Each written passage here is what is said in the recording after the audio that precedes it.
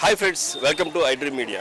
ప్రస్తుతం పురాతనమైన ఆలయాల్ని సందర్శనలో భాగంగా ఈ రోజున మనం కాకినాడ జిల్లా పిఠాపురం దగ్గర శ్రీ పాదగయ క్షేత్రం వద్ద ఉన్నాం.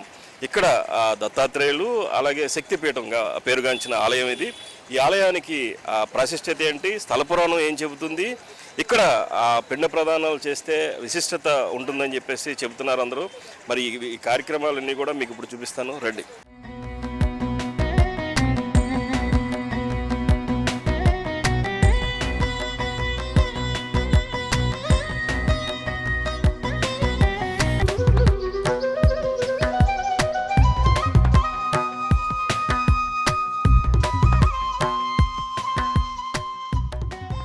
అత్యంత ప్రతిష్టాత్మకంగా ఉన్నటువంటి దేవాలయాల్లో ఒకటిగా చెప్పుకోవచ్చు ఇక్కడ కాకినాడ జిల్లా పిఠాపురంలో ఉన్నటువంటి శ్రీపాదవల్లభుడు. యువ గారు, విశ్వనాథరాజు గారు మనతో ఉన్నారు. సార్ చెప్పండి, ఇక్కడ ఇవాళ మహాలయ పక్షాలు చాలా రద్దీగా ఉంది, అయినా సరే భక్తులందరికీ కూడా మేము మాట్లాడడం, చాలా ఏర్పాట్లన్నీ కూడా బాగానే చేశారు. ఎట్లా చూస్తారు అసలు ఈ క్షేత్రం యొక్క ముఖ్య ఉద్దేశం? ఓం నమ శివాయ. ఈ పాదగయ క్షేత్రాన్ని చాలా విశేషాలతో సంతరించుకున్న క్షేత్రం.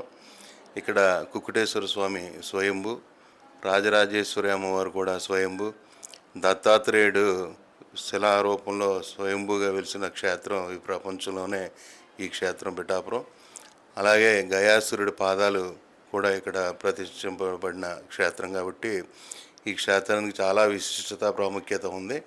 అలాగే ఈ క్షేత్రంలో మహాలయ పక్షాల్లో పితృదేవతలకు ఎవరైతే వాళ్ళ కుటుంబీకులు చనిపోయారో వాళ్ళకి ఇక్కడ పిండ ప్రదానం చేసినట్లయితే మోక్షం వారికి, పిండ ప్రదానం చేసిన వారికి కూడా కలుగుతుందనే ఉద్దేశంతో ఈ పిండ ప్రదానాల కోసం ఇక్కడికి బాగా విశేష సంఖ్యలో భక్తులు వస్తారు. ఈ ఉభయ రాష్ట్రాల నుంచి కూడా కాకుండా పక్క రాష్ట్రాల నుంచి కూడా, హిందీ రాష్ట్రాల నుంచి కూడా భక్తులు చాలా విశేషంగా ఈరోజు ఆఖరి రోజు అవటం, అమావాస్య అవటం మూలంగా చాలా వేలాదిగా వచ్చారు. స్వయంగా చేయించుకోవటం అవకాశం లేని వారు పరోక్ష సేవ ద్వారా దేవస్థానానికి ఆ రుసుము చెల్లించినట్లయితే మేమే ఆ వ్యక్తి పేరు మీద ఒక వ్యక్తిని నియమించి కర్త కర్మ కూడా మేమే చేసి ఆ పిండ ప్రదానాలన్నీ కూడా ఆ నదిలో కలపడం జరుగుతుంది. ఆ పవిత్రమైన నదిలో పిండాలు కనుక మనం సమర్పించినట్లయితే పితృదేవతలకు మోక్షం కలుగుతుందని ఉద్దేశంతో, నమ్మకంతో భక్తులందరూ ఈ క్షేత్రానికి ఇచ్చేసి ఉన్నారు. ఇప్పుడు వరకు సుమారు 2500 మంది వరకు పిండ ప్రదానాలు చేసి ఉన్నారు. ఇంకా చాలామంది విశేషంగా భక్తులు ఆలయంలో ఉన్నారు. ఈ సందర్భంగా 15 నుంచి 20,000 మంది భక్తులు ఆలయానికి ఈరోజు వేయించేస్తారనే ఉద్దేశంతో అందుకు తగ్గ ఏర్పాట్లన్నీ చేసాం.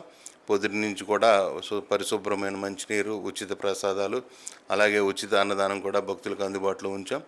సుదూర ప్రాంతాల నుంచి వచ్చే భక్తులందరికీ కూడా వారు కూడా తీసుకెళ్ళడానికి అవసరమైన ప్రసాదాన్ని కూడా కొనుక్కోవడానికి వారికి అందుబాటులో ఉంచడం జరిగింది. ఇంత ప్రాశస్త్యత రావడానికి అది శ్రీపాదవల్లభుడు ఇక్కడ స్వయంగా ఇచ్చేశారు కదా, మీరు ఇక్కడ పనిచేస్తున్నారు, ఎట్లా ఫీల్ అవుతుంది? చాలా అదృష్టం అండి. ఈ శాఖలో ఉద్యోగం అంటేనే చాలా అదృష్టం. మేము ఎక్కడికి వెళ్ళినా ఈ గుడికే వెళ్తాం. కానీ ఈ క్షేత్రానికి ఎన్ని మహిమలు ఉన్నాయని నేను ఇక్కడ ఛార్జ్ తీసుకునేదాకా, మా ప్రధాన అర్చకులు, వేద పండితులు చెప్పేదాకా తెలీదు. ఇటువంటి క్షేత్రానికి నేను కార్యనిర్వహణాధికారిగా రావటం పూర్వజన్మ సుకృతంగా భావిస్తూ ఇందుకు అవకాశం కల్పించిన మా శాఖ ఉన్నతాధికారులకి ప్రత్యేక ధన్యవాదాలు తెలియజేసుకుంటున్నాను. Thank you sir. ఇక్కడ కాకినాడ జిల్లాకు చెందినటువంటి వల్లభుడు శ్రీపాద దత్తాత్రేయ స్వామిగా స్వయంభూగా ఉన్నారు. ఇక్కడ ఆయన స్థల పురాణం ఏం చెబుతుందో అర్చకులను అడిగి తెలుసుకుందాం. నమస్కారం స్వామి, ఇక్కడ స్థల పురాణం. నా పేరు శ్యామసుందర శర్మ. పాదయ శివాలయం అంటే పాదయ క్షేత్రం అంటారు. ఈ రోజున మాలయ పక్షాల్లో అమావాస్య దినము చాలా విశేషమైనటువంటి జనం కూడా వచ్చి ఉన్నారు. ఇక్కడ వల్లభుడిగా పుట్టిన క్షేత్రము. ఆయన స్వయంభూ దత్తాత్రేయుడు, అక్కడే వల్లభుడిగా పుట్టిన క్షేత్రము. చాలా విశేషమైన స్థలము. అంటే దత్తాత్రేయ స్వామి వారు సుమతి అప్పలరాజు శర్మ అనే దంపతులకి 13వ శతాబ్దంలో వాళ్ళకి కలలో కనిపించాడు దత్తాత్రేయ స్వామి వారు. నేను మీకు పుత్రుడిగా జన్మిస్తాను అని అభయం ఇచ్చాడు. ఆ తర్వాత కలలోనే అంతర్ధానం అయ్యాడు. వల్లభుడనే పేరు పెట్టమని అంతర్ధానం అయ్యారు. ఆయన రోజు కాలకృత్యాలు నిర్వహించుకుంటూ సుమతి అప్పలరాజు శర్మ అనే దంపతులు ఇక్కడ మేడి చెట్టు కింద, అంటే ఔదంబర వృక్షం కింద కూర్చుని తపస్సు చేసుకుంటూ ఉండేటువంటి వారు రోజులాగే ఈ యొక్క శక్తిపీఠానికి, ఈశ్వరుడికి శక్తిపీఠానికి అలాగే స్వయంభూరంగా ఉన్నటువంటి కుక్కుడేశ్వర స్వామికి దర్శనం చేసుకుని పూజా కార్యక్రమం చేసుకుని వచ్చేటప్పటికల్లా కళలో ఏదైతే మూర్తి అయితే ప్రత్యక్షమై ఉందో, అంటే ఏదైతే కళలో కనిపించారో, అంటే 3 ముఖాలతోటి 4 చేతులతోటి ఆయన కళలోనే ఆయన ప్రత్యక్షమై ఉన్నాడు. ఆయనే స్వయంభూగా వెలిశాడు మొన్నారు. ఆ స్వామి వెలిసిన తర్వాత సంవత్సరానికి ఆవిడికి గర్భం దాల్చింది, ఒక పిల్లాన్ని కన్నది. అప్పటికి ఆల్రెడీ 2 పిల్లలు ఉన్నారు, మోగవారు గుడ్డివారు. ఆ బాధతో వాళ్ళు చాలా తపస్సు చేస్తుంటే, కఠినమైన తపస్సు అంటే బ్రహ్మచర్యము, వివాహము, తర్వాత వానప్రస్థము, తర్వాత సన్యాసము, 4 దీక్షల్లో వానప్రస్థం అనే దీక్ష. అంటే ఏదైనా మేడు చెట్టు, ఏదైనా ఒక చెట్టు ఎన్నుకుని దాని కింద కూర్చుని తపస్సు చేస్తూ దాని యొక్క పండు కానీ ఆకు కానీ తిని మాత్రమే ఉండాలి తప్ప వేరేగా ఏమీ వండుకోకుండా బ్రహ్మచర్యంతో పాటించేటువంటి చాలా కఠినమైన తపస్సు చేస్తున్నటువంటి ఆ దంపతులకి కళలో కనిపించిన మూర్తే ప్రత్యక్షమే ఉన్నాడు, స్వయంభూగా వెలిచాడు. ఆయనే ఆ దత్తాత్రేయ స్వామి వారు. 3 ముఖాలతోటి 4 చేతులతోటి స్వయం వ్యక్తమై ఉన్నారు స్వయంభూ దత్తాత్రేయ స్వామి. అక్కడ ఎదురుగుండా ఉన్నటువంటి నిర్గుణ పాదుకలు, అది ఆ పాదకుల దగ్గరే వల్లబుడి పుట్టిన క్షేత్రము. ఇట్లాంటి క్షేత్రాన్ని ప్రతి ఒక్కరూ దర్శించుకోవాల్సిందిగా కోరుతాము. ఈవేళ 1000 మంది వరకు వచ్చి స్వామివారి యొక్క స్థలంలో, అంటే పాదగయా క్షేత్రంలో గయాసుడు అనేటువంటి రాక్షసుడి యొక్క పాదాలు ఇక్కడ ఉన్నాయి కాబట్టి పాదగయా క్షేత్రమైంది. దీన్ని దక్షిణ కాశీగా పిలువబడుతోంది. ఈ దక్షిణ కాశీగా పిలువబడేటువంటి ఈ క్షేత్రంలో ఇవాళ మాలయ పక్షాలకు సంబంధించినటువంటి పర్వదినము, అమావాస్య, చాలా ఎక్కువగా పిండ ప్రదానాలు జరుగుతాయి. ముక్తి స్థానం అంటే పెద్దలకి కానీ, పితృదేవతలు కానీ, మాతృదేవతలు కానీ పిండస్థానం అంటే పిండం యొక్క వదిలేటువంటి స్థలము, అంటే పితృదేవతలకి పిండ ప్రదానం చేసే స్థలము. ఇక్కడ పితృదేవతలకి ముక్తి కలిగే స్థలం. ఇలాంటి క్షేత్రాన్ని ప్రతి ఒక్కరూ దర్శనం చేసుకుని ముక్తి పొందాలని స్వామివారి స్వయంభూ కుక్కుడేశ్వర స్వామిగా వెలిసినటువంటి ఈశ్వరుడు కుక్కుడేశ్వర స్వామిని దర్శనం చేసుకోమని, అలాగే అష్టాదశ పీఠాల్లో పురుహూతిగాదేవి అంటే దక్షయజ్ఞం కథ మీ అందరికీ తెలుసున్నది. దక్ష ప్రజాపతి యజ్ఞం చేసినటువంటి యజ్ఞగుండంలోకి అమ్మవారు శచీదేవి దూకు వేసినటువంటి శరీర భాగాన్ని విష్ణుమూర్తి వారి ఖండన చేసినటువంటి భాగాల్లో 18 భాగాల్లో ఒక భాగము పృష్ఠ భాగము అంటే పిరుదులు, సీటు అనగా ఇంగ్లీష్లో సీటు అంటారు. పిరుదులు అనే భాగములు అంటే పీఠ భాగం అనేటువంటి భాగం ఇక్కడ ఉంది కాబట్టి ఈ స్థలానికి, అంటే ఈ ఊరికి, ఈ గ్రామానికి పీఠికాపురం అనేవారు. మొట్టమొదట పీఠికాపురం, పిష్టపురం, పిత్తాపురం, పీఠాపురంగా మారింది. అలాగే పురూరవుడు పురంధరుడు ఇంద్రుడి ద్వారా పూజింపబడింది కాబట్టి పురుహూతిగా అయింది. అట్లాంటి స్థలం కాబట్టి ఈ పురుహూతి యొక్క ప్రతి ఒక్కరు పురుహూతిగా అమ్మవారిని అష్టాదశ పీఠాల్లో 10వ పీఠం ఉన్నటువంటి పురుహూతిగా అంటే 18 భాగాల్లో 10వ భాగం ఉన్నటువంటి అమ్మవారిని ప్రతి ఒక్కరూ చూసి తరించవలసిందిగా కోరుతున్నాము. అట్లాగే దత్తాత్రేయ స్వామి వారి స్వయం వ్యక్తమైనటువంటి స్వయంభూమూర్తి వల్లబుడిన క్షేత్రము, పాదగయా క్షేత్రము, దీన్ని దక్షిణ కాశీగా పిలువబడుతున్నది. ఈ క్షేత్రాన్ని ప్రతి ఒక్కరూ దర్శనం చేసుకోవాల్సిందిగా కోరుతున్నాము. స్వస్తి. పిఠాపురం పాదగయ ఆ క్షేత్రంలో ఇక్కడ ఉన్నటువంటి పూర్తిగా ఎలాగైతే ఆ పిండ ప్రదానాల కార్యక్రమం అనేది చాలా వశిష్టంగా వైభవంగా చేసుకుంటూ ఉంటారు. ఇక్కడ చేసుకున్నటువంటి ఆ పిండ ప్రదానంలో చాలా ప్రత్యేకత ఉందంటారు. మరి స్వామి ఏం చెప్తారు? స్వామి చెప్పండి, ఇక్కడ పిండ ప్రదానం చేయడం వల్ల ఎటువంటి ఉపయోగాలు జరుగుతాయి? ఇక్కడే ఎందుకు ఇంత భారీ ఎత్తున ఇంత పిండ ప్రదానాలు ఎందుకు జరుగుతాయి? శ్రీ గురుభ్యో నమః. ఆంధ్రప్రదేశ్ రాష్ట్రంలో ప్రస్తుతం కాకినాడ జిల్లాలో పిఠాపురం గ్రామంలో పాదగయా క్షేత్రం అనేటువంటి విశేషమైనటువంటి క్షేత్రం కలదు. యావత్ భారతదేశంలో 3 గయలు కలిగి ఉన్నవి. కాశీలో శిరోగయ మరియు ఒరిస్సాలో నాభిగయ, పాదములుండు క్షేత్రము కాబట్టి పాదగయా క్షేత్రం అనేటువంటి విశేషమైనటువంటి ప్రాంతం ఈ యొక్క ప్రాంతము. ఈ దేవాలయంలో పూర్వకాలం నుండి పితృ కార్యక్రమాలు అనేటువంటివి జరుగుతూ ఉంటాయి.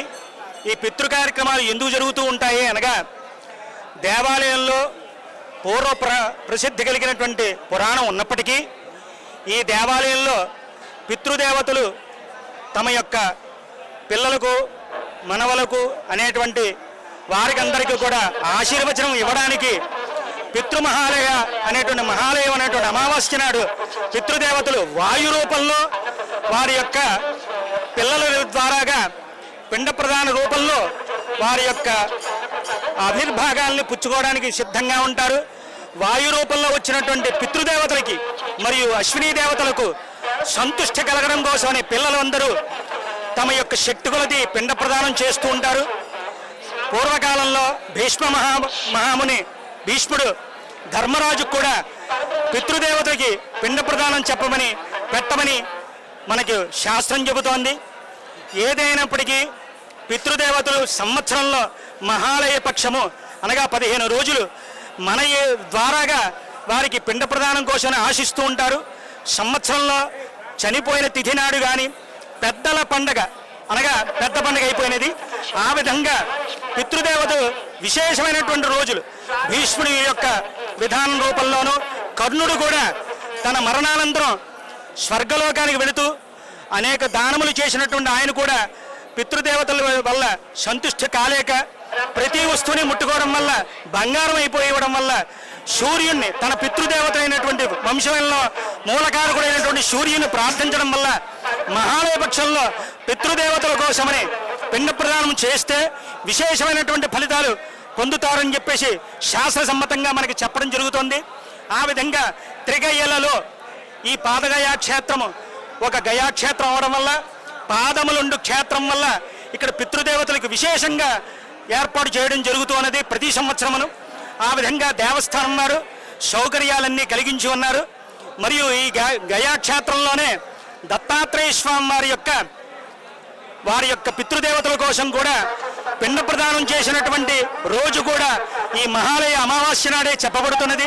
ఆ విధంగా దత్తాత్రేయ స్వామి వారు మాధ్యాహ్నిక సమయంలో అపరాహ్న వేళ ఈ దేవాలయంలో వచ్చి భిక్ష స్వీకరించి తమ పితృదేవతలకు కూడా సంతుష్టి చేస్తారని పురాణ ప్రవచనము మరియు పురాణ గాథ ఉన్నది. అంటే దత్తాత్రేయ స్వామి వారి యొక్క రూపంలో శ్రీపాద శ్రీవల్లభుడు అనేటువంటి పేరు చేత పిఠాపుర గ్రామంలో జన్మించినట్టుగాను, పితృదేవతలను సంతుష్టి చేసినట్టుగాను, పితృదేవతల రీత్యా భిక్ష స్వీకరించినట్టుగాను మనకి చరిత్ర చెబుతున్నది.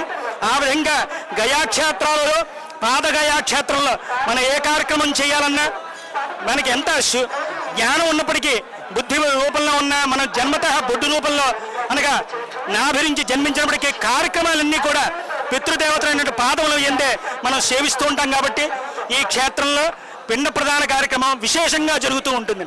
మహాలయ పక్షంలో ఎక్కువగా పిండ ప్రదానానికి పితృదేవుల సంతుష్టి కోసమనే ఎక్కువ దూరాల నుంచి కూడా ఇక్కడ వచ్చి పిండ ప్రదానం అనేది జరుగుతుంది. హరి ఓం. పాదగయ క్షేత్రం శ్రీ కుక్కుడేశ్వర స్వామి దేవస్థానం, శ్రీ దత్త ప్రసన్న శర్మ. చూసారుగా శ్రీపాద క్షేత్రం. శ్రీపాద క్షేత్రంలో విశిష్టతలు ఏమిటి, ఖచ్చితంగా ఇక్కడ జరిగినటువంటి మహాలయ పక్షాల్లో అమావాస్య సందర్భంగా చివరి రోజుగా విశిష్టమైనటువంటి పిండ ప్రధాన కార్యక్రమాలు ఎంతోమంది భక్తులు ఇక్కడ తీర్చుకున్నారు. వాళ్ళందరూ కూడా ఆ పితృదేవతలందరూ కూడా శాంతింప చేయాలని చెప్పేసి ఇదంతా కూడా చేస్తున్నారని తెలుస్తుంది. పూర్తిగా ఇక్కడ ఈ కార్యక్రమాలన్నింటినీ కూడా అన్ని రకాలైనటువంటి ఏర్పాట్లు కూడా దేవస్థాన ఆలయాలు అధికారులు కూడా తీసుకున్నారు. ఇక్కడ అమ్మవారికి సంబంధించినటువంటి శక్తిపీఠం కూడా ఉండడం కనుక ఇక్కడ ఇంత ప్రాధాన్యత ఈ క్షేత్రానికి, పాదగయ క్షేత్రానికి వచ్చింది. ఈ పిఠాపురం పాదగయ క్షేత్రం చూసారుగా. ఇదంతా కూడా మీరు కూడా ఈ ఏరియా వచ్చినప్పుడు ఖచ్చితంగా పిఠాపురంలో ఉన్నటువంటి పాదగయ క్షేత్రాన్ని దర్శించండి. కెమెరా పర్సన్ ధర్మేంద్రతో మోహన్, ఐ డ్రీమ్స్, పిఠాపురం పాదగయ క్షేత్రం నుంచి.